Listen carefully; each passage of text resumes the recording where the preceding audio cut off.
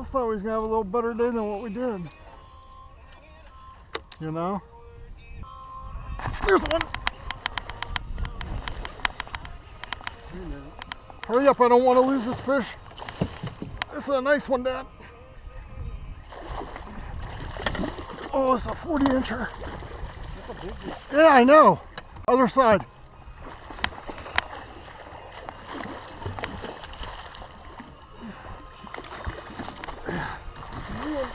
Yeah, he's in there now.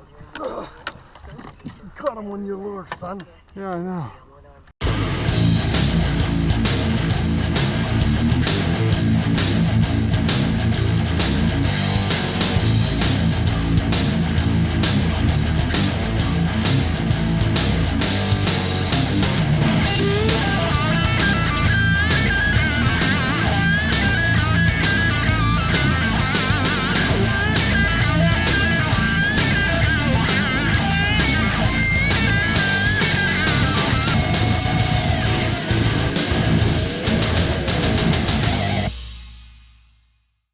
What's up, Yins guys? Welcome back to Fishing PA with Ryan Reed. In this episode, I want to talk musky fishing and I want to talk musky glide baits. Now, you guys know that glide baits can be ultra effective when you're fishing for musky. However, glide baits can be somewhat intimidating because all of them are different and it does take some effort to learn how to use and work glide baits properly. Now, this is a huge area in which I struggle in. And in this episode, we're going to have a couple of local fishermen that are extremely talented, and we're going to have them on to talk glide baits. And one of which is Mark King from Keystone King Musky Lures. Now, Mark King is just an outstanding individual. Mark has a great family-run business with Keystone King Musky Lures. He makes awesome glide baits, and he even makes dive and rides as well. You know, Mark's a family guy. He's got a beautiful family at home. And he's really just one of those types of people that if you reach out to him, he will explain his products. He will explain glide baits. He will paint and make you a couple different sizes. And really, he will just help you learn more about the glide bait, the dive and rise, musky fishing in general. You know, Mark is a member of Chapter 16 Muskies Inc. He took me out fishing. He showed me how to work glide baits. And that was probably one of the most memorable days on the water I've had. So for me to get Mark on and just talk gliders and musky fishing, I'm super pumped about this. I'm super excited. And then in addition to that, I've got a local fisherman by the name of Adam Listapad and another local fisherman by the name of Tom Venata. You know, Adam, probably one of the most talented anglers I've ever seen fishing in person, especially when it comes to muskies and especially when it comes to glide baits. You know, Tom Venata, he runs Pennsylvania Monsters on Instagram. Tom is also a huge glide bait fan, and Tom catches a lot of big fish throughout the year as well. So in this episode, we're going to talk Keystone King Musky Lures, we're going to talk musky fishing, and we're going to talk, in particular, gliders, and give you guys some tips and tricks that will hopefully translate into you guys catching more fish with baits like that. All right, guys, so let's go ahead, jump right into the Zoom call, and hopefully you guys find this information beneficial. All right, guys, so here we are. We've got a few guests on tonight. We've got Mr. Adam Listapad. We've got Tom, PA Monsters Venata, and we've got the man, the myth, and the legend, Mr. Mark King. And really the topic for tonight is going to be glide baits, and in particular, we're going to talk about Keystone King Musky Lures. So this is a good opportunity for us to kind of show off some of these baits and really just talk about glide baits and talk about musky fishing. You know, I think this is an area where some of the tips we can provide can maybe help some new anglers getting into the sport. And really, it's a good way to talk about baits that have produced for you guys on the call. You know, I'm gonna rely on you guys to ask some questions, and we'll see what type of feedback we can get and turn this into a useful video for everyone watching. All right, so first and foremost, I want to get started. I know you guys have been fishing for a while. Adam, just really quick, I'm going to go around the horn. You know, Adam, how long have you been musky fishing for, and what kind of got you started into the musky fishing game? I'd say mostly family kind of got me started. Grew up fly fishing, and musky fishing. Caught my first one when I was 10, and it kind of just went from there. So I'm 35 now, so that's a while. Yeah. So, Yeah, that's some good experience for sure. So Tom, how long have you been musky fishing for, and what got you into the sport? I have not been at it as long as Adam has, probably about 4 or 5 years. I pretty much fished for like everything before muskie, and then I went on a vacation to Wisconsin with my girlfriend actually to like this place up here, Lake Alice in Wisconsin. And I went like a cat fisherman, carp fisherman, bass fisherman, and I came home with a muskie rod, and it kind of took my life over. I still fish for other stuff, but muskie definitely grabbed me and has a hold of me. Awesome. That's awesome. All right, Mark, how long have you been musky fishing for, and how did you get started? I started back in 2005, 2006. And the whole reason I was fishing a bass tournament and ended up catching one. And I got the bug. But full time, I've been fishing probably since 2008 for nothing but muskies. Wow, yeah, that's a long time there. And the thing is, like, I haven't been doing this that long, kind of, I would say really last year was my first like full year focusing on muskies. Prior to that, probably 3 or 4 years trying to figure it out here and there. Doing the pike thing and then getting into musky fishing was, I would say, probably one of the coolest aspects of fishing. And I just feel like musky fishing is fishing now to me, which, that's pretty cool stuff. I don't know that my wife or my wallet would totally agree with that. But, I think that's all part of it. So, one of the things, I guess one of the reasons why I wanted to do this, and this was really, really cool. So when I joined Muskies Inc. a couple years back, I think, Mark, you had reached out to me. I think it was maybe at Muskie Max at some point and asked about going fishing. And one of the things I had on my list to do was to learn how to use glide baits. I've always heard from guys, and I guess just a quick question for the group. As far as like top baits overall for musky fishing, where would you guys put gliders? Like top 5, top 3, number 1? Adam, you want to start? glider for me is probably number 1. I use it 85% of the year. Might be wrong in some people's opinion, but I catch a lot of fish on them. That you do. All right, Mark, where would you top baits? Would you put a glider number 3, number 1, number 2, number 7? For me, it would be number 2. I'm a diehard jerkbait guy. I can't stay away from them. Okay. All right. And Tom? Definitely top 3 for me, I'd say. I mean, it's tougher because it requires a little bit of patience, and sometimes you get out there, you just want to go.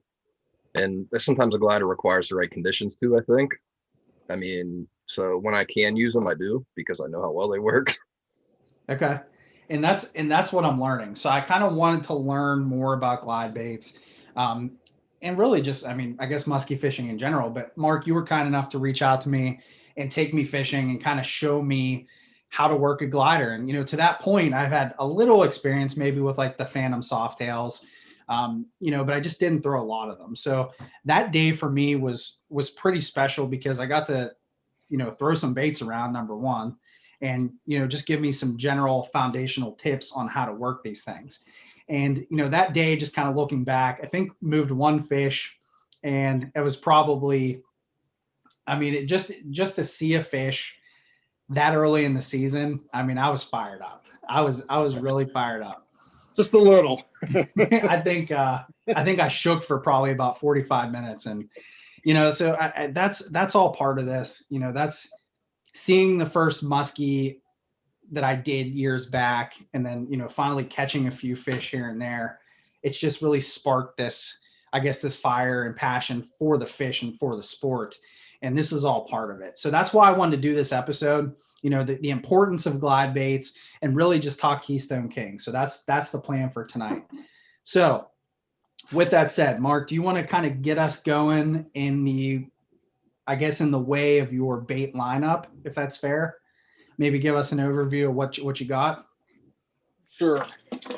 Um, this one here, the Little B, was the first glider that I ever built. I built it, the first one probably in 2010, 2011. And from that, I went to the bigger one. It's just a little wider with a little bigger tail, heavier. And then from there, we went to the Peanut, about the tail. And then new for this year is the one I have good hopes for, the Secret Weapon. I don't know if you can see the difference in sizes here. Yeah, yes, you can. More of a springtime finesse type lure. Okay. It's not something I'd be throwing in the middle of summer, but I know someone who does. Right, Adam? I do. When they don't want to eat something big and they want something to downsize, it works. That's awesome. So I have gotten more familiar with your glider lineup probably over the last, I would say maybe 2 years, if that's fair. And, you know, I think I have all 3 of those models now. I've got the Mr. T, the Little B, and the new Secret Weapon. So I've been throwing this guy a little bit. I just really love these baits, but I just wish I was better at working them. You know, I was talking before this, you know, and I've got to get my cadence down, and hopefully, you know, some of that, you guys have some tips for that too, because I know other people struggle with that. But, you know, one of the other questions I have, you know, Mark, I don't know, I think I might have skipped over this, but, you know, what made you start, you know, building your own baits? Was it just, you know, just something you wanted to do, or is there a particular reason? Well, I've always had an interest in woodworking, and back in 2008, I was in a pretty serious automobile accident. So I was laid up in a wheelchair for a few months, and surfing the web, I found the Ohio Game Fish website, and in there they have a tackle making forum. And I got on there and started looking at, you know, posts from other people, and got a hold of one of the guys who was posting quite a bit, who was Fat Fingers, Vince Shizenka. And I'm sure there's a lot of people who know who Vince is, and reached out to him, and he kind of pushed me in the right direction. And let's say I jumped in head first. Nice. I mean, that's kind of interesting. So you have this accident, and you just found a way to, I guess, be productive and really create things. You know, that's kind of a cool story. You know, kind of you're handed a tough situation and you end up turning it into something like this. It wasn't fun at the time, but yeah, I mean, when you can't move around and you're stuck in a bed pretty much all day, you got to find something to do. And for me, that was my outlet. I was on that website, and I think I went through every single page on there, just reading other people's posts on how they did certain things, and weighted lures, sealed blanks, you know, painted. That was my biggest struggle from the get-go, was learning how to paint. I absolutely dreaded picking up the airbrush. I still think my paint jobs aren't the greatest, but they're getting better. So you weren't into art before you started making lures? You weren't like into art in any way? You never painted? No, I can't draw a stick figure. You would never know. I mean, you would never know it by your lures. I mean, yeah, I mean, painting's tough. I will say that. And I think, I don't know, that was one of the other things for me, you know, just kind of tinkering around, is you see all these lures and all these different types of baits out there. And I think there's probably a little piece of us as fishermen that wants to try to do something like that. For myself, you know, I tried to do that, build my own bait. And I mean, I struggled almost cut a finger off. And yeah, I blew up my thumb in the process. I did get some pretty awesome content for my YouTube channel at the time. No, but I mean, these are things like, it's just, I wanted to learn to do that. But, you know, ultimately, I think I've made a few baits that swim, and I caught a fish on one. So that might be it for me. I might try to make a few here and there, because I think when you do something like that, you realize like how much effort and time goes into making a lure like this. You know, all the pieces and the hardware and just really kind of the engineering I feel that goes into a bait like this, you know, without the lip. And there's elements to this thing where you've got to get the weight right. Epoxy, I mean, all of it, you know, it's just, there's a lot of love that goes into these baits. And I think once you do that, you kind of realize, you know, that part of it and why, you know, people pay the type of money they do for baits like this, because there's just so much effort in there. So Okay. when you're building the gliders, like they're made out of wood, right? Like they're not injection. They're all out of wood. Yeah. So how do you get consistency? Do you have like a master and you just sand a little at a time, or do you have like a jig that makes them all consistent, or is that just like an eye bag? No, I have both. I have a master and I have a jig for certain things. As far as the lures, yeah, each one is cut out individually on a bandsaw, and then I do sand it to the dimension. So each one is going to be a little unique, obviously, because I'm not perfect. And then I weigh it. Each blank gets weighed. And then as far as what this blank weighs compared to this one is how I add the lead. And that I have a jig for, so I know where my lead holes are going. I drill them all with the drill press, pour the lead, fill them, epoxy them, seal them, epoxy. I put 2 base coats of epoxy on prior to paint, and then I put 2 coats over the paint. So it takes a little bit of time. That was like a big misconception I had, like starting out musky. I'd see gliders like hanging on shelves and I'd see like $50, and I'm like, it's like a hunk of wood with like hooks in it. And you don't realize at first that there's lead, it's balanced. You don't realize like how much engineering goes into keeping that bait perfect in the water. And that blew my mind when I first started learning about that. And then throw glitter into it, it makes it even worse. Oh man, the glitter. Putting glitter in the paint. Oh yeah. So I just want to know, and I know we've talked about this a few times, but just when you get into the world of glitter, like something like this, how much glitter is around your house constantly? Oh, you should see my shop. It looks like I just took it and threw it up in the air and it's going everywhere. Yeah, glitter is no fun. But they're pretty. They look good. They do look good. So here's a question, just generally speaking about gliders. Do you guys feel that something like glitter really does enhance the bait to the point where that's going to get chewed over a bait that doesn't have glitter? Is it just one of those things that it does maybe give it a little bit more, or is it something more for, you know, maybe the fisherman? I'm just curious what the opinion is. That might be a really terrible question. I don't know.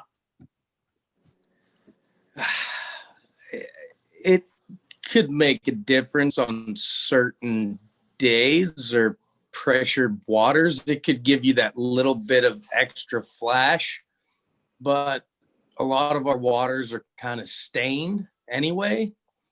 We don't have that nice, clear Chautauqua type water. So it's more of a profile type thing that you're looking for.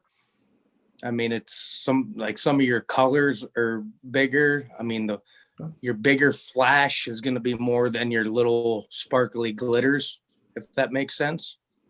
Your little glitter's probably not going to get you that flash that is going to get you that strike versus something that's almost a shad color with a big silver stripe that's going to catch one ray of sun that's getting down through the water column versus that little sparkle of glitter in that stained water that we typically fish. So I think it's more for the fisherman, for something that looks pretty.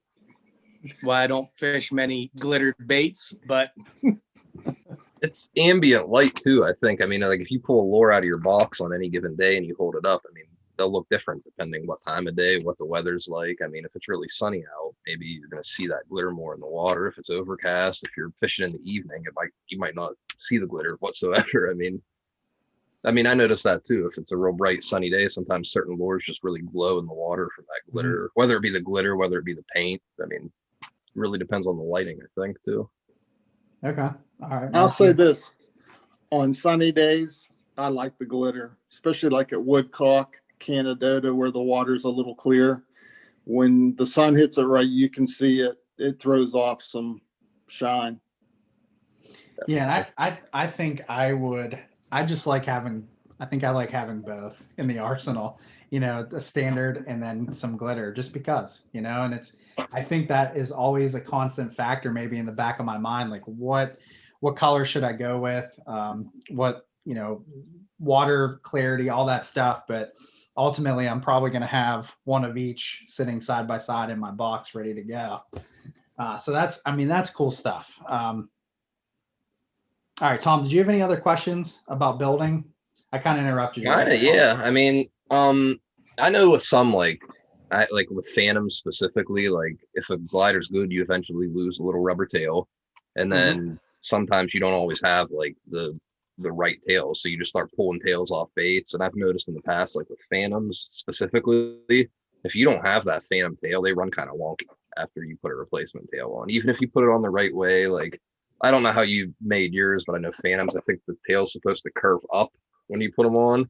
Even if you put them on and it's a different kind of tail, they don't run right. So I didn't know when you're engineering your baits, if you like engineer them to a specific tail, if that makes sense, or if it doesn't I do, matter. but Adam throws that out the ballpark. He likes to change tails and put bigger tails on. I hear that. But yeah, I make the bigger ones with the bigger tails. These are the 8-inch musky grub tails that you can buy like through Bass Pro Shops. And then the little bees and the secret weapons they're a 6-inch grub tail I buy through Locket Lures. I buy them in bulk, obviously, and then I cut them down. But yeah, when I was prototyping, I was trying all sorts of different tails, and that's what I came up with, and it seems to work well. So that's what I was wondering, because I know a lot of people don't take that into account. Like, a lot of people just throw whatever tail on, and I think like lure makers, they spend a lot of time picking a specific tail, maybe whether it be how long the tail is, the curvature. Like they put a lot of effort into picking. Yeah, even tail. I mean, if you look at these tails, obviously they have rings on them. I'm sure you've seen tails before here. Let me get it up. You can see that if you even just cutting them one more or one less will affect the action. And all mine are cut 4 ribs in, so that's cool. I did not know that it affects the action with that. It took me a while to figure that out. I kind of learned by like trial and error. I'm like, this isn't working how it should. Not your baits, just like a Phantom or a Hellhound. Right. I'm like, this isn't working the way it did when I got it. Yeah, the tails affect the lures quite a bit, more than people probably realize. Yeah. So it seems to me that a glider is probably one of the more difficult builds, like lure wise. Is that fair? Is that a fair assessment, or is that me overthinking it? It seems like it would be harder to build a glide bait than a crankbait per se. Well, at first, yes, I believe so. But once you get where your weight needs to go, changing it, adding a little bit more or a little bit less, depending on what your blank weighs. I think once you get where you need it to be, they're easier to build. With crankbaits, you got to make sure that lips in perfect every single lure. If it's off a little bit, it's not going to run right. That there, I think, makes crankbaits harder. Okay. All right, that's fair. All right, what other questions you got build wise, Tom? Or Adam too, if you have any questions, Adam. Yeah, let Adam get one in. Mark already knows. Mark already knows my question. It's the Magnum size. It's coming, buddy. I told you we're going to work on it this summer. That's it. Whoa. That was supposed to be top secret, though. Come on now, Adam. Can't give away all my secrets. We need to edit that part. That's the only question I have. All right. That's a good question. How big you guys want it? 8 inches, 9 inches, 10 inches? That's Adam. I'm going to defer to Adam on that one. I have a 10-incher here, and we don't have much use for it. Every now and then you'll fish the Allegheny, you'll fish a 10, but 8 inches is real common around here.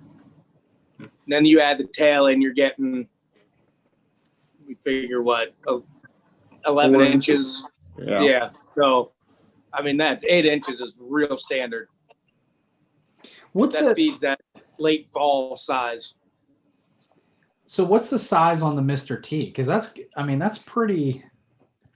I haven't really measured this, but The body from the head to where the tail starts is 6.5 inches. okay. All right, so you're talking another. Okay, I mean that is interesting. But the thing, Go ahead, you're good. I was going to say, but adding that extra 2 inches of wood is going to make the lure need that much more lead, so it's going to be considerably heavier eye, I'm presuming, because right now the Mr. T weighs just under 5 ounces. It's like 4.9. I think the bigger one's probably going to weigh maybe close to 7 ounces, which, yeah. That kind of leads me into another one I was thinking about. If Yeah. anybody else had a question. I mean, I kind of know the answer, but maybe somebody watching. I know, like at the last show, I picked up the Peanut, and I know that one's meant to be a shallower glider.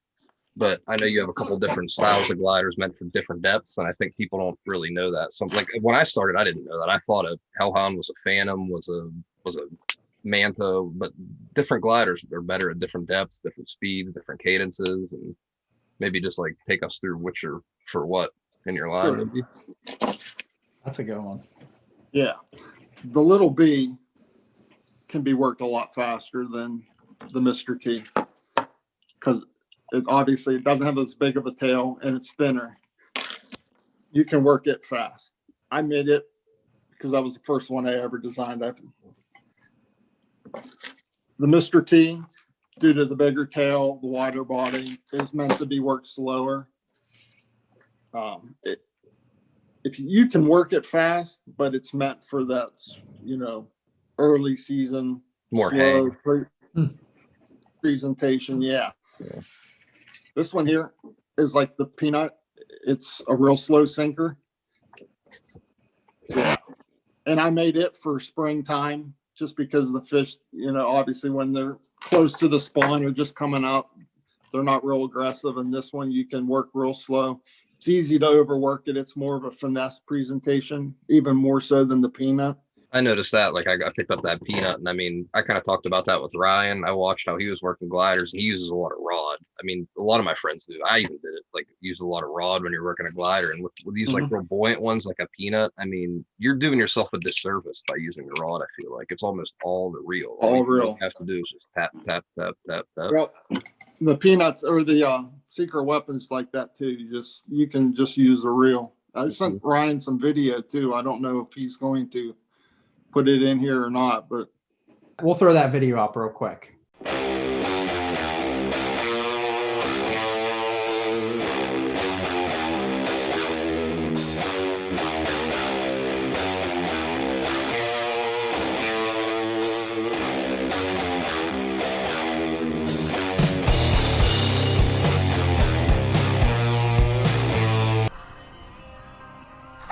got him.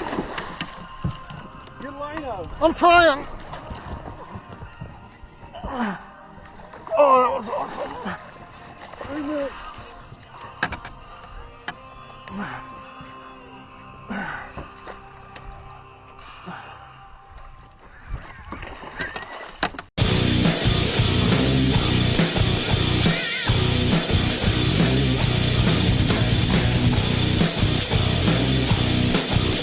Yeah, All so right. I mean, that Peanut, I found that I didn't get to use it much this year just because our rivers were so low, but I know that's going to be like a destroyer in the creeks and the rivers and the places where it gets really shallow. Because I noticed that Peanut, I mean, it has hang time. You hold off on it and it just sits there. A lot of gliders, they fall really slow, but I mean, you could literally like send a text message in between like glides with this thing. It's almost like neutrally buoyant. It hardly even sinks. I won't tell you how many prototypes I had to make to get it there. No, one of my favorites, this one right here. Oh, that's sweet. It's the little short, chubby one he makes. Well, did make. So I know. I think I saw a picture with you and a fish in that one. Yeah, the first cast I put it on, I threw it out and I was letting it sink and went to make one twitch and I didn't even have to. The fish was already on. So that's how Mark's baits work. And you're giving me And that too was- much credit there. And that was about a 44 and a half. Nice big fat belly. But yeah, these ones sink real nice and slow, and they're just super finesse. Real nice. You do not want to overwork these. Nice tight glide side to side. They're excellent. I have 1, 2, 3, 4, 5, 6, 7 of them right here. That's one thing that you do, I think, that a lot of other fishermen don't, is you fish them deeper than most. Like yeah, I me, fish them a lot of times where I can't see them. yeah. See, I'm the exact opposite. I like to watch them. I mean, I like to watch them at certain times of the year, but when I have to, I fish them to where I'm just popping that slack line and getting a nice pause. And then my next twitch, I go to twitch and I feel weight and I set the hook. So I rarely ever use my reel just because that's not how I was taught. I feel kind of out of place using my reel with a glider. I don't know why, but I don't know. Sometimes I feel out of place doing it, but it's just not habit for me. There's nothing wrong with it. It just, that feels out of place for me to use my reel. But sometimes with these smaller ones, like I have one of your prototypes here for the secret weapon, and it is super, super, super light. And you kind of almost have to use a reel with this one because it doesn't like to sink real hard. It just kind of hangs. So you got to use a reel with this one. So that's interesting because Adam, I've actually stood there on the bank and watched you fish, and there's like this certain element where I almost feel like your casts are like very structured, like the way you hold the rod, the way you work the bait. You know, watching me, I'm kind of like, you guys ever seen the meme of the guy that just has the rod that's like twirling the rod and then just whips it out? Yeah, that's me whenever I fish. But like let me ask this. So based off of that, is there a certain, I would say maybe, I don't know, lack of a better word, structure that you guys would use in your cast to be able to work a glider more effectively?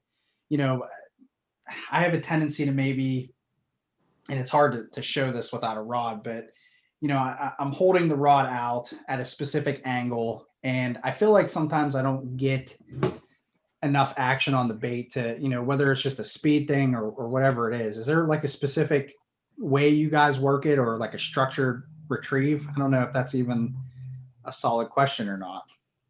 So me, I'm not very tall. I'm only like 5'9". Ultimate glider rod for me is 7'6", extra heavy. It's short. If I'm not in a boat, like you said, I'm on shore and fishing a glider, I'm always keeping the rod tip down to the water, and I'm fishing the slack line. I'm not using the rod. I'm always popping the slack line. You don't think you're moving the bait, but you're moving the bait. It's giving it that nice side to side action. So I'm always looking to keep the rod down until every now and then I'll switch it up and I'll give it some upward pops of the slack line just to kind of change how the bait's moving through the water. And then I'll letting it pause, letting it fall. And then when it gets closer to shore, since I'm on shore sometimes, I have to, you know, either work it to the side closer down to the water, not get it snagged, or work it with an upward motion, popping that slack to get it to come up because you're on shore, bringing it back to you at the bank versus being out in a boat casting to shore. You're working from shallow water to deeper, not being on shore, working back to the shallower water. So you always got to think of that when you're fishing like that. So there's always looking to where you can cast, trying to kind of fan cast. You don't want to keep throwing to the same exact spot all the time. I mean, you want to like cover your areas. That right there is kind of a good tip, because I find myself doing that a lot of times, especially if I'm on a creek. You know, I'll pick like a point where I in my mind think there's a fish, and I'm just constantly casting Over at and that over. same thing, and sometimes I lose sight of, you know, an actual fan cast. So I think that's important. Mark, what I mean, what the about fish you? might have been there, but you moved him. So he might have moved. And then he repositioned 5 yards away. So it's not hurting to fan cast the whole area and go back to it 15 minutes later. That's a good point. Mark, so when I was out on the boat with you, you gave me some help, and I feel like if I do exactly what you told me to do to work these baits, I can actually see progress. Like I can see the bait in the water and it looks like it could get eaten. But sometimes I'm all over the place. So you have any other tips as far as, working the bait, I guess back to the boat, or we'll say back to the boat? Well, a couple. For reels, I like a high speed reel to reel in the slack, but not to where your line's tight. Like Adam said, the biggest key is to snap that on a semi slack line. That's where you're going to throw that glide into the lure. As far as leaders, I use steel leaders for all my gliders. And I tie direct with the swivel. I don't use a snap 95% of the time. I'll use split ring pliers and go right into the split ring with the welded ring. That's And what I I use- appreciated about the peanut. It came stock with the split ring on the nose. All my baits do. I put them on every single one. Yeah. And also, I'm almost 6'3", and I use a 7.5 foot rod also, except for the secret weapon. I use an 8.5 because it's all real action. And the peanuts, I use the big one for it too, because it's a little lighter of a rod. It's like a medium heavy, and I'm not using it to snap. The biggest thing that bothers me is snapping and slapping water with my rod. So I'm using the 7.5 for the little B and the Mr. Keys. And I do a lot of up pumps too. I think that change of direction can trigger fish. Okay. So that's awesome. I feel like Tom, I maybe just need to say, you told me so on the snap versus split ring discussion that we're constantly having. I tried. Can you see it right here? Here's Yeah. all my glider leaders right here. All split rings and solid rings. 174 for the bigger stuff and 124 for like the secret weapons and the smaller ones, because I don't like a super stiff leader with those smaller gliders. Yep. Yeah, that's good info. I mean, that's the type of thing that's going to help guys, who are starting or want to throw gliders. Like these are all things you guys have told me, and I'll go back to my constant problem of like hearing versus listening, or vice versa. Sometimes you've got to not only listen to somebody, but you've got to hear what they're saying too. So I think those are good tips. Mark, did you have anything else you wanted to add there? Yeah, as far as like fan casting versus beating a point or what to death, if I think there's a fish there, I'll spend 5 minutes and make 10, 15 casts straight to the same exact spot. The gliders have a way of aggravating fish to where the point they hit it. Whether it works or not, I don't know, but don't be afraid to, if you think there's a fish there, spend some time on it, hit different angles, but don't just throw one cast and leave. Yeah, I need to do so casting from shore at some of these areas. If you get like a small creek, it's easier to kind of change where you're at to change the retrieve path, if you will. I need to do that more because I find myself, beating it up from one side of the creek or the river when I could be switching it up a little bit. I think that's a good point. It takes 2 steps to the left and 2 steps to the right to change your angle. Yeah. Yeah, that might be all it takes. Yeah. Yeah, it's a good point. I should be taking notes right now. It doesn't take much to change it from the shore. I mean, even in a boat, it's just step on you hit your remote or step on the foot pedal a little bit and change for 5 seconds. Yeah. That's a big thing I noticed in a boat too. I mean, with bucktails, you can just like put your trolling motor on and cruise, but with a glider, you're really going to want to like slow down and get in there kind of. I mean, you might not want to have that trolling motor on 5 and be cruising through a spot. You might want to kick the trolling motor off and just hang for a while, move on a little bit, hang for a while. It does require a little more finesse, I think, to fish a glider than it would a bucktail. That's what turns a lot of people off of them.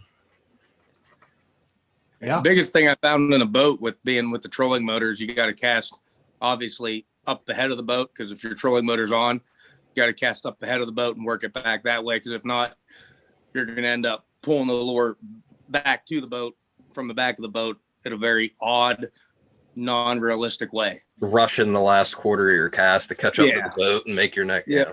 So slowing down. You got to fish out ahead of the boat with the trolling motor or the glider if you're trying to cruise along real slow.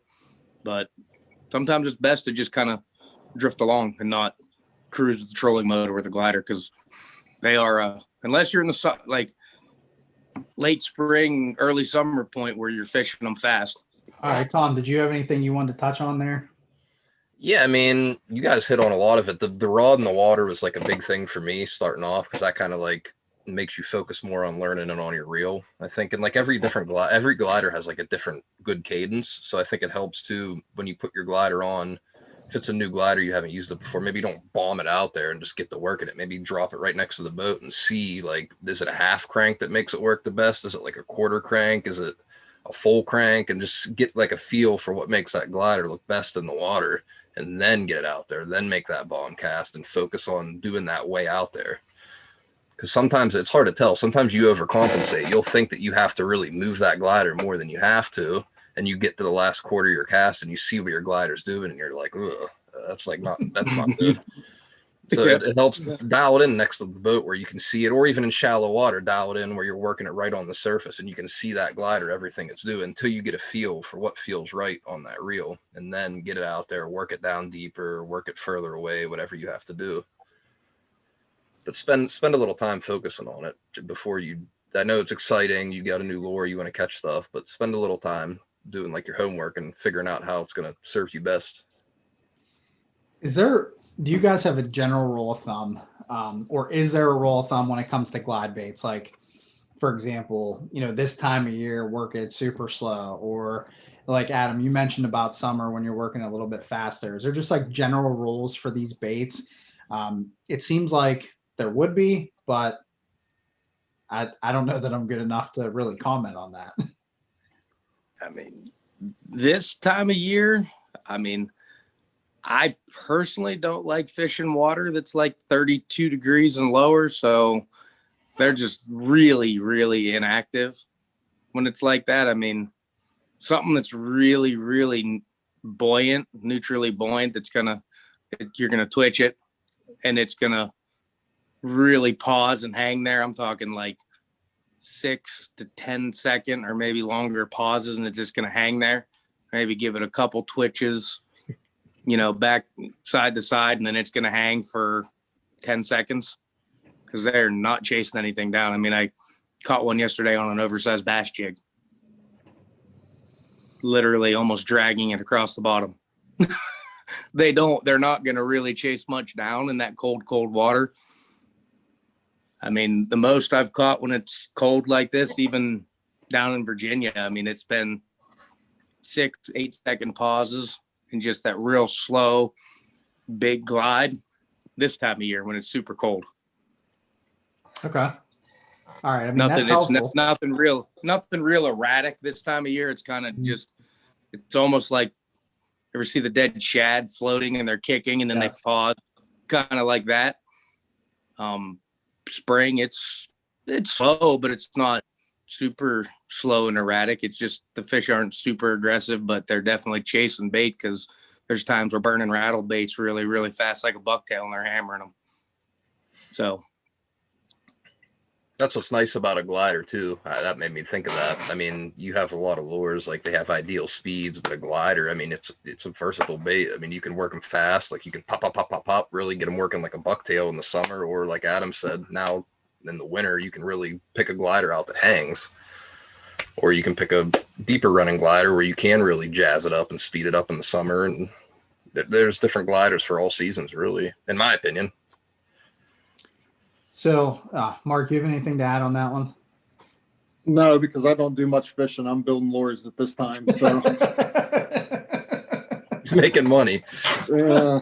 There is no fishing. It's just building. Yeah. Well, yeah, I mean that's the interesting part because to me it feels like you could fish a glide bait all year round if you really wanted to, given the right, I guess looking at these are all tools, giving the right tool for that scenario. The water's cold, you have something that hangs, and then really just different cadences, different types, working at different ways throughout the year. Do you guys have a favorite time of the year to throw a glider? Like, say, I don't know, like fall, or is it just does it matter? I know Mark, you throw gliders a lot. Yeah. I would say March to the beginning of May, middle of May.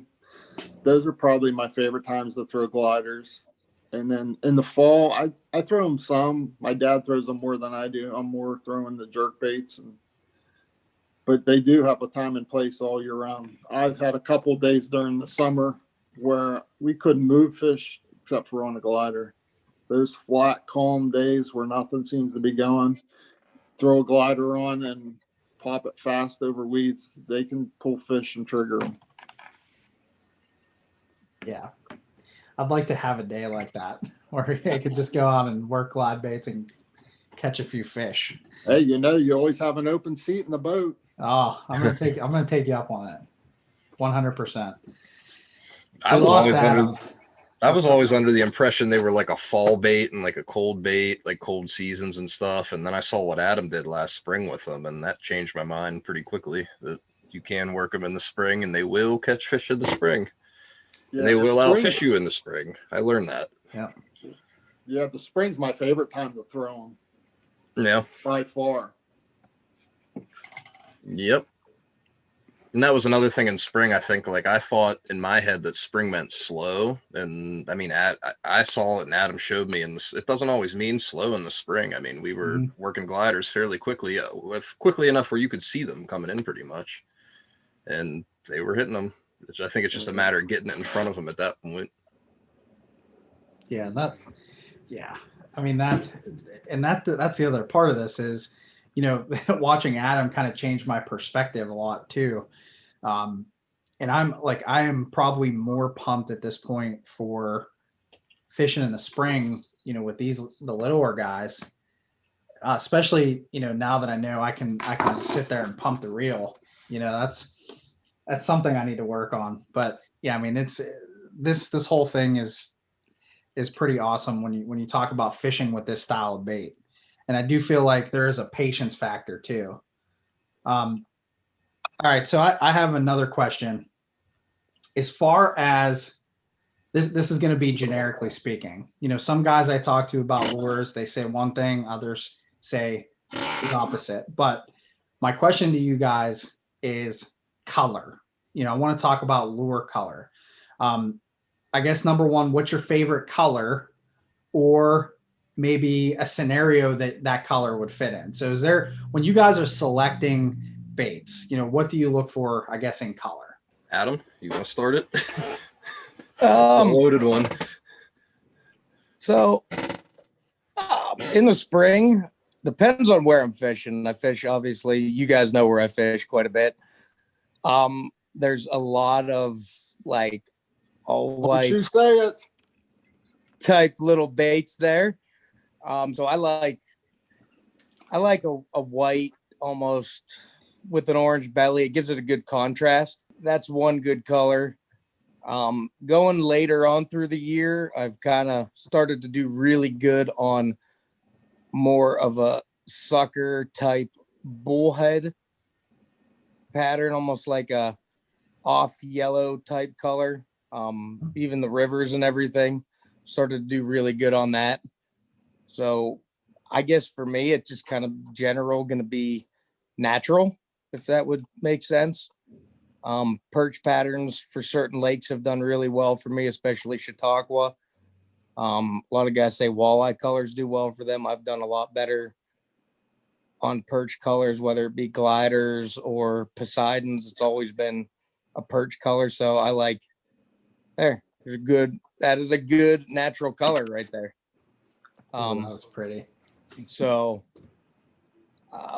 yeah, I'm pretty much gonna be your natural colored kind of guy. I'm not very bright and gaudy when it comes to colors.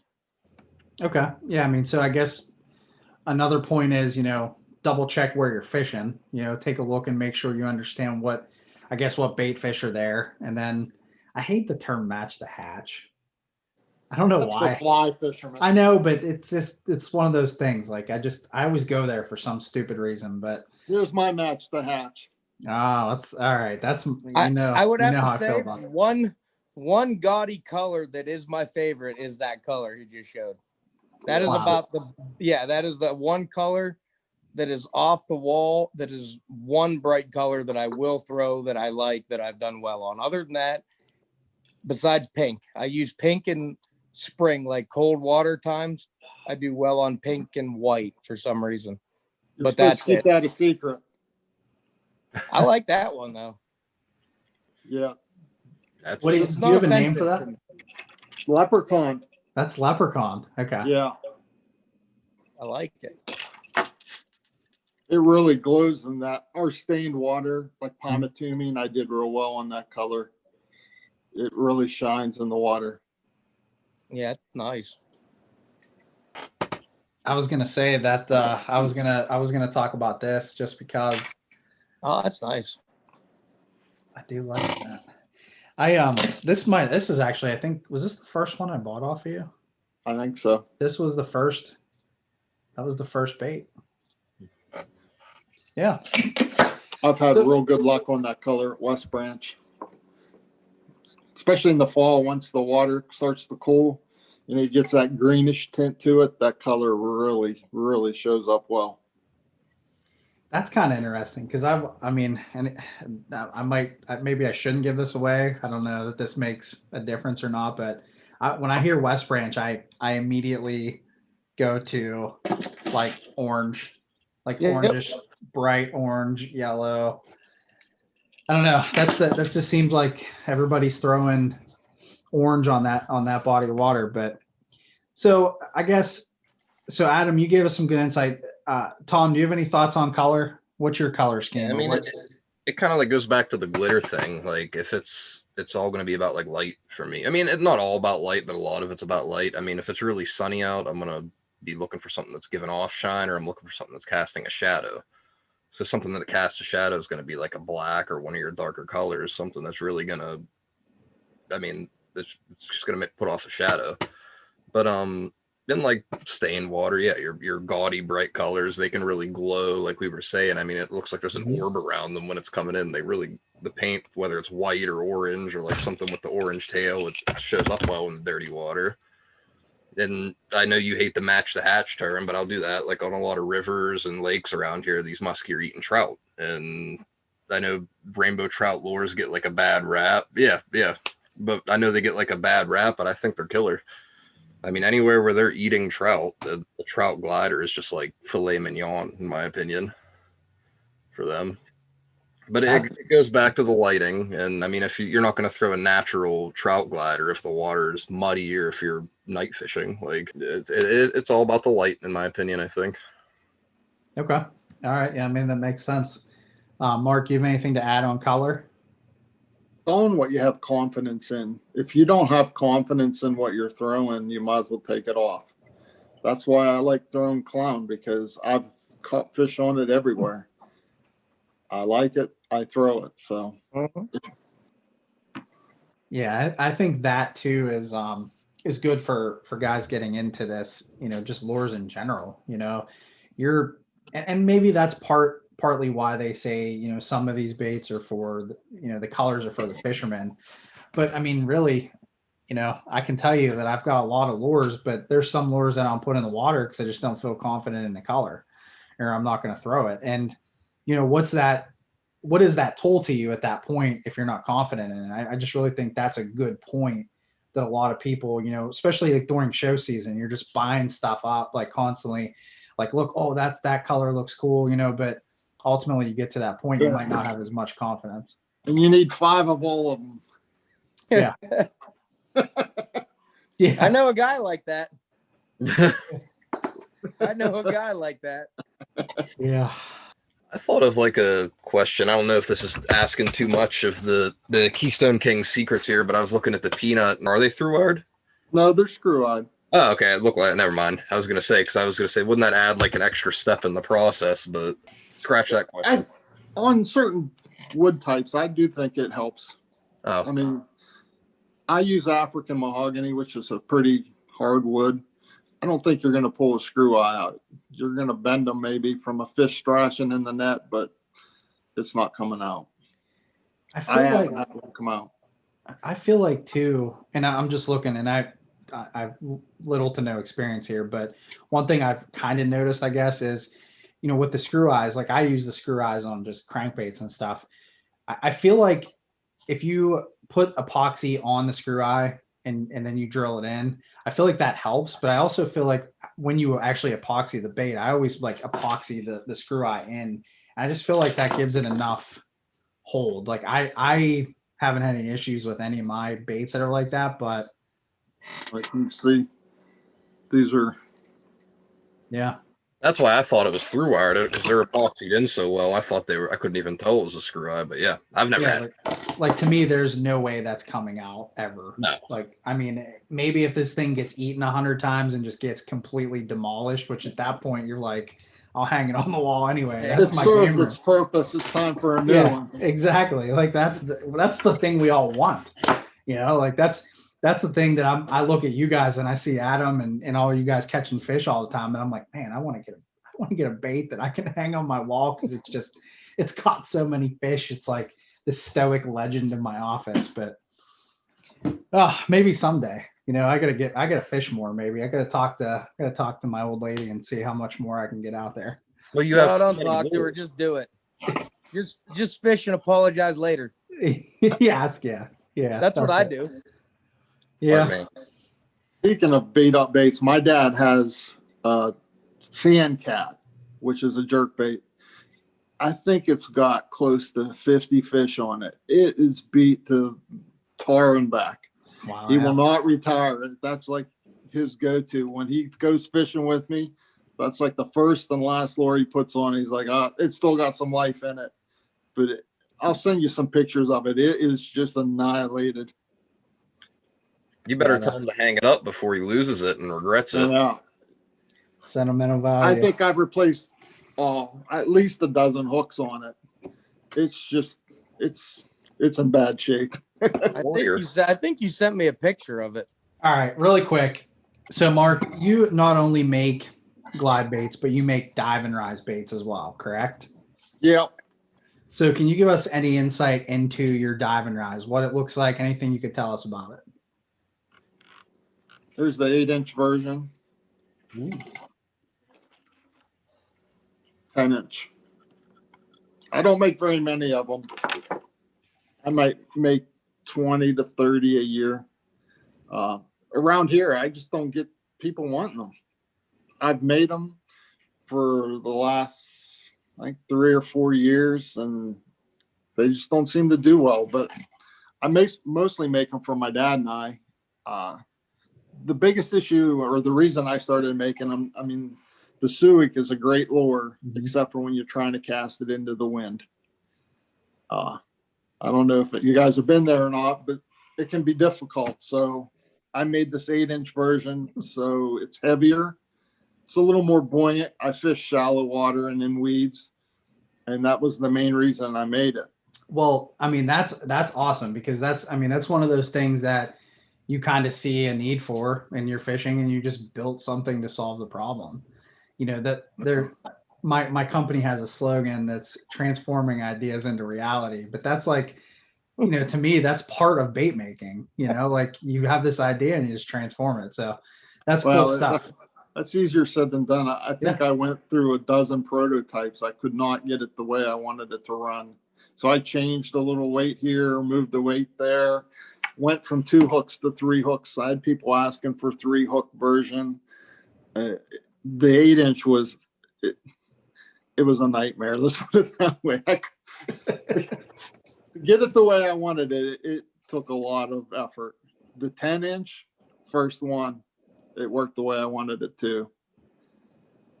I sent the video to you, Mike Jones. I caught a fish on it, I think 2 days before. He asked if he could borrow it to use it. I sent it to him, and I don't know, maybe a day later, he sent me that video, and he still has that lure. Got it, big fish.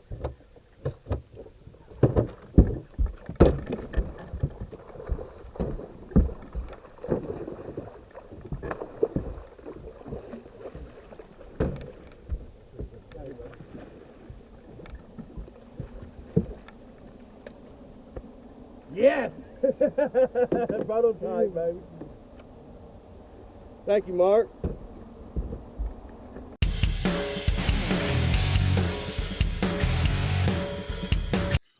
But yeah, the 10-inch is my personal favorite in the fall. They seem to really like it. And you know, the funny thing about it is, I feel like, you guys correct me if I'm wrong here. I was thinking about this earlier. You know, we've got, let's say, like the northern part of the Allegheny. It's a little bit shallower in some areas. I just feel like the Suic would just be like a dive and rise in particular would just be absolutely killer in areas like that. Do you guys feel like, you know, is a dive and rise like that maybe underutilized in our area, or is it, you know, is it just something that guys just don't go to? There's just so many other baits. I feel like it's just like ultra productive, but like Mark, you said it, there's just not a whole lot of, I guess, not a big market for it. I'm trying to figure out why. Very underutilized. Very underutilized. I'd put them in like the same category as a glider. Like, it's not a lure where you buy your first musky rod and it's your first lure you buy and go out there and you just kill it with that lure. It's a lure that requires, I think, a little more practice to learn. And I think people use it their first time, like any dive and rise, a Suic or whatever. They use them the first time, and they see them and they're like, I don't like it.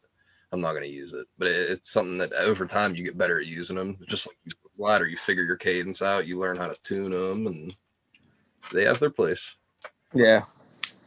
I mean, I had like a 4-day period this fall where, I mean, I don't even want to say it, but a bobby bait, they wouldn't stay off of it. The weighted bobby. I mean, they wouldn't stay off of it. I own one of them, and that one, they wouldn't stay off of it. I own one bobby bait. So, I mean, that's proof in the pudding right there. Yeah. I mean, I have a wall full of Suics, but it's just that one bobby bait they wouldn't stay off of. It's weighted, bigger head profile. But I think that from what I just saw, I think I want one of each of Mark's. So. Yeah. I mean, and that's the thing, you know, like that's why I wanted to ask you about it, because I just feel like, I mean, that bait would just, to me, it fits an area here, you know, that I feel like a lot of guys maybe aren't utilizing or even trying. I mean, myself included, you know, I just think that bait could really, you know, change some or swing some heads around maybe. Why don't you think people want them, Mark? Do you think there's a reason that? Well, one, because guys don't know how to use them properly. I mean, to fine tune them, they're not something you're just going to grab and throw right out of the package and it's going to work correct. You have to tinker with tail. Second one is you're imparting all the action to the rod, to the lure. It's not something where you just throw it out and reel it in and it's going to do what it needs to be doing. You have to use the rod to manipulate it. So there's a lot of imagination in it too, you know. Coming up to the point of a weed bed, you know, I'm going to give it a little snap and then a big jerk to give it that pop and then dive. And they take effort to work them for 8 hours a day. And I don't think guys like to do that. You know, they want to take a bucktail and just throw it out and reel it in. That's my opinion. Whether that's correct or not, I don't know. That's I've seen a lot of guys fishing them where they get wore out because they're really like jerking on them and working them. It's actually just you're pulling them. I mean, they're overworking them because they're jerking on them and they're not getting them to their full potential when you're actually like you're doing nice like 2-foot sweeps and it's not an actual jerk and a real hard snap and a pull. It's like a 2 to 3 foot sweep to get that nice bait. And then like Mark said, you want to give it a short snap or a twitch to give it that different action. But I've seen so many guys just really wrenching on their rod trying to get it to go. And they're like, why isn't my suic or my diving rise going down so deep? One, they've overtuned the metal tail, or they didn't do it at all. And then they're really just ripping on the rod, and they kind of get frustrated with them. And it's really not. It's nice, easy 2-3 foot pulls. And I think people just get really frustrated with them. And worn out. Yeah, definitely. Especially with the 10-inch. That, even for me, you throw it all day, you feel it. I absolutely. I gotta hit the weight. I gotta hit the weights a little harder going into this year. I got the jelly arms from trolling so much in 2020. Yeah, back to casting. And that's the other point I wanted to bring up at the beginning of this, and I forgot. Like, you guys are, is it fair for me to say that the three of you are casters at heart? Like, you guys would rather cast than troll, obviously. Like, Tom, I know I can speak for you. Absolutely. What's trolling? Yeah. Isn't that road hunting? Yeah. Yeah. So Mark I'm puts the engine in gear and stands up on the back of the boat and works his glider while the boat's moving. He puts 400 yards of line out and just. Yeah. I'm not gonna say I haven't trolled a glide bait before, but usually it's like a hellhound, and I just chuck it out there and it does its thing. But yeah, I gotta work on that. I gotta regain some muscle mass and trim the fat down because it just keeps coming on, the COVID weight. All right. Only trolling rod I own is a more or less, it's a line counter for suckers. That's it. I got some experience in that this past fall. I was like, I was out with Donnie Swink, and I was like, hey, we doing some trolling? He's like, nah, we're gonna throw on a sucker. I'm like, that's a troll. I'm like, you have that in an AZ holder? Like, I had, boom. So anyway, yeah, I'm all screwed up now. I want to do both. That's all I want to do is both. That's all I want to do right now is fish, but you guys know how it is. All right, so we talked a lot. So I guess maybe parting, in the way of a parting gift, is there any other tips that you guys would recommend to maybe a new fisherman or a new musky angler, somebody that wants to get into trying to throw glide baits or even the dive and rise? Is there any other tips that we could give to somebody like that? I'll start off. If you see me out on the lake or at one of our Three Rivers tournaments, don't be afraid to come up and ask and say, hey, can you help me with this? I'll be more than welcome or more than able to go out and spend 10 minutes, 15 minutes until somebody gets it the way it needs to be running. I think musky fishermen in general are tight-lipped, and a lot of guys are intimidated to come up and talk to other fishermen, and I'm not one of them. If I catch a fish, I'll tell you where I caught it and what I caught it on. So if you're struggling, reach out to me. I'll be more than welcome to help you. All right, cool. I mean, Ryan, I definitely help anybody. I mean, I might not tell you where I caught the fish, but I'll definitely tell you what I caught it on. And if you see me, I'll definitely help you. You mean it wasn't in Dubai? It could have been. It could have been the port of Dubai. I promise.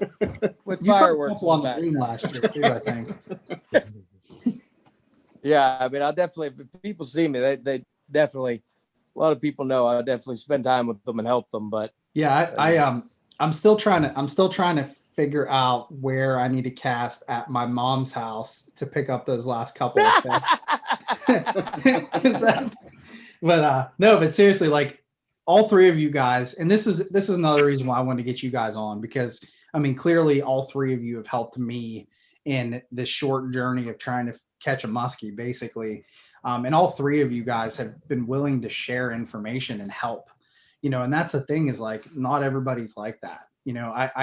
I've talked to all three of you guys, even late into the night about muskie fishing, and that's something that's really special, that we probably need more of, and maybe not so much like telling guys exactly where to fish. I mean, some of that you got to figure out. And I'm still very thankful that I got that type of information to help me catch fish, but it's not always about that. But there's just certain tips and tricks that, you know, it just really helps you develop as an angler. And all three of you guys have been willing to help guys out, not just me, but other guys out and learn and grow. So, you know, that was the reason why I wanted to get you guys on. Tom, you have anything to add? Yeah, I mean, I'm not an expert by any means either, but like I'm willing to share what I do know or what I think I know. And like I said, like every glider is not like made equally. Like even within Mark's line, like you don't just put on any glider and go work it at any depth. I mean, you can, but just like any musky lure, every glider is a tool. I mean, the Peanut's a tool. I like it for the shallow water or like extra hang time if I'm going super duper slow. And like I said before, a Phantom is not a Hellhound, is not a Mana, is not a King. I mean, every glider has its own place. There are at least like different buoyancies of them, and you got to talk to the lure makers. I mean, message Mark and tell him, hey, Mark, I'm fishing like a creek. That's what I did. I said, hey, Mark, I'm fishing rivers and creeks, and I want something shallow. And he said, hey, that Peanut. And yeah, it's a shallow glider. So just go into it knowing that not all gliders are meant for everything. Some are meant for shallow water, and everyone has their own purpose. Yeah, I think the last theme of it, I guess the last part of the conversation is don't be afraid to ask questions.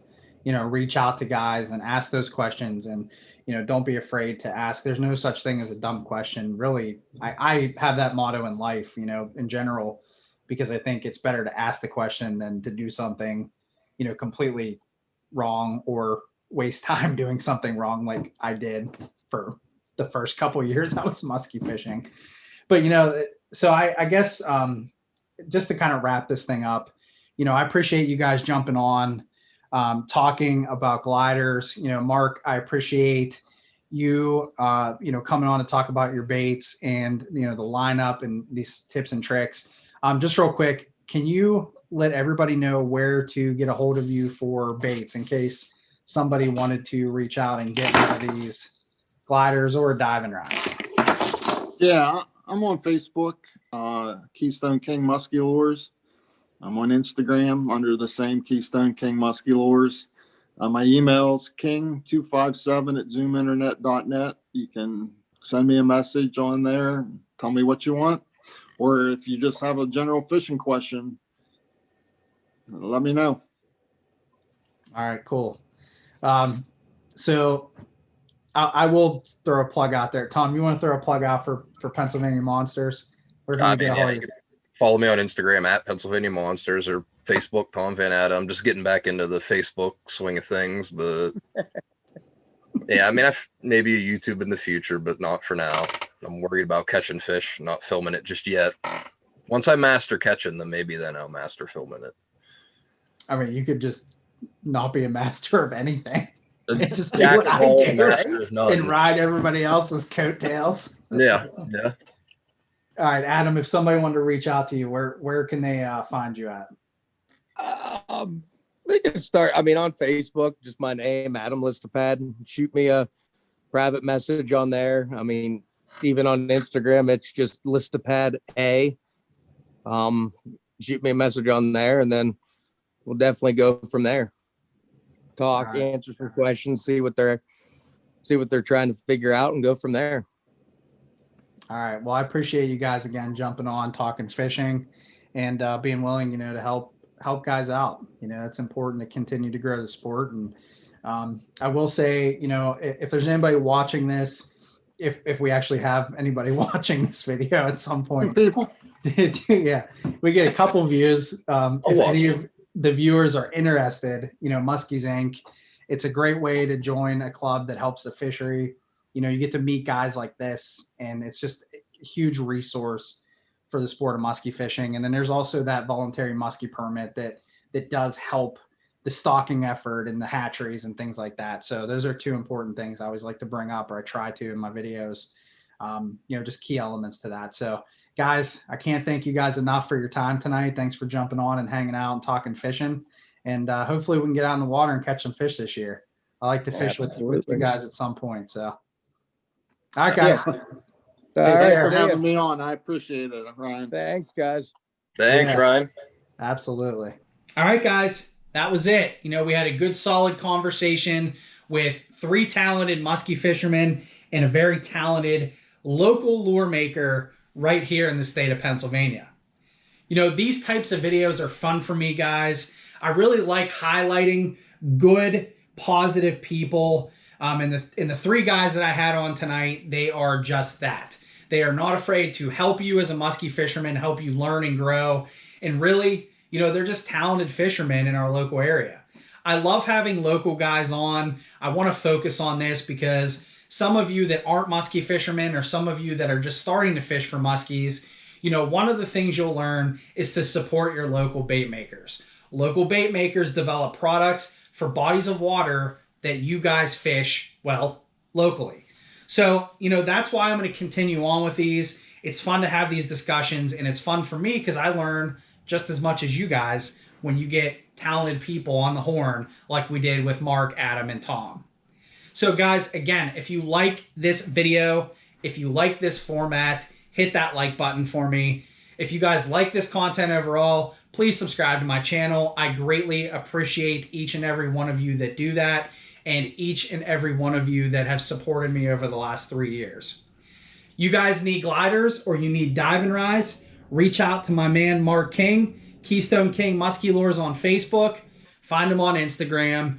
If you guys have problems finding him, reach out to me and I will find a way to get you in touch with him and pick up some of these baits for the upcoming musky season. All right, guys, I will just say this. I hope everybody is staying warm and I hope everybody is staying healthy. Just keep casting. Good things will happen. I promise you that. We'll just say tight lines. We will see yins next time.